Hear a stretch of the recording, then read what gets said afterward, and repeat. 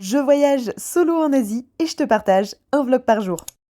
Aujourd'hui, on continue d'explorer la ville d'Hanoï. Entre scooters, pollution et bruit, vous avez l'habitude, mais il y a aussi des poules. Ce matin, je marchais d'un pas déterminé puisque j'allais en direction d'un café dans le vieux quartier que j'avais repéré. Et ce café, c'est celui-ci. Il me semble qu'il est inspiré de Dali. Tout l'intérieur est extrêmement bien décoré. C'est avec soin, les textures, le bois, les plantes, tout est absolument magnifique. Instagrammable au possible, c'est incroyable. Évidemment, j'ai pris un matcha. Il était beau, il était bon, c'est validé. Après ça, je me suis remise en route en direction d'un restaurant puisqu'il commençait à faire faim. J'ai croisé Stitch et ses copains. Il y avait aussi quelqu'un qui chantait, je ne sais absolument pas qui c'est. Au passage, j'ai croisé un mini-saut, je suis rentrée juste par curiosité et j'ai vu que je m'étais fait arnaquer sur mes tongs, que j'ai payé beaucoup trop cher, mais c'est pas le seul truc que j'ai payé trop cher, on y reviendra, regardez bien cette tenue. Deuxième adresse que vous pouvez noter, c'est le restaurant Met à Hanoï, c'était excellent. Vraiment, je me suis régalée, mais on m'a servi des papiers, je savais pas les utiliser, donc j'ai eu le droit à un petit cours de cuisine privée pour m'apprendre à utiliser en fait les feuilles de riz. Et ne vous fiez pas à ma tête, je fais une tête bizarre, mais juste parce que 2 feuilles de riz c'est trop épais,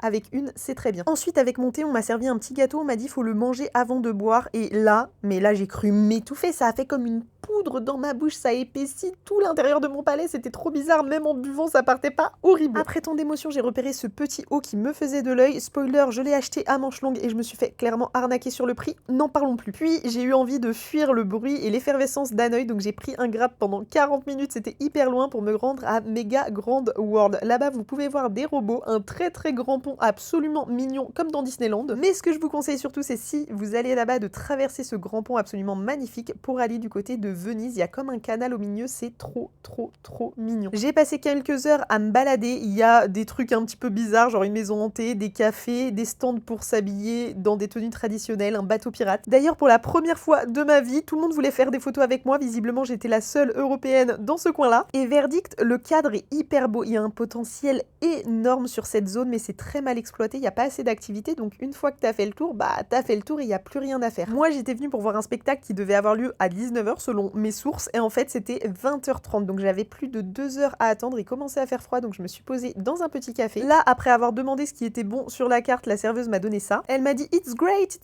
c'était un smoothie aux haricots verts. Notez bien aux haricots verts. It's not great, it's bizarre. Puis je n'ai pas eu le courage d'attendre jusqu'à 20h30 pour voir le spectacle, donc je suis rentrée sur Hanoï parce que demain j'ai une grosse journée qui m'attend sur la baie d'Along et je vous partagerai tout ça.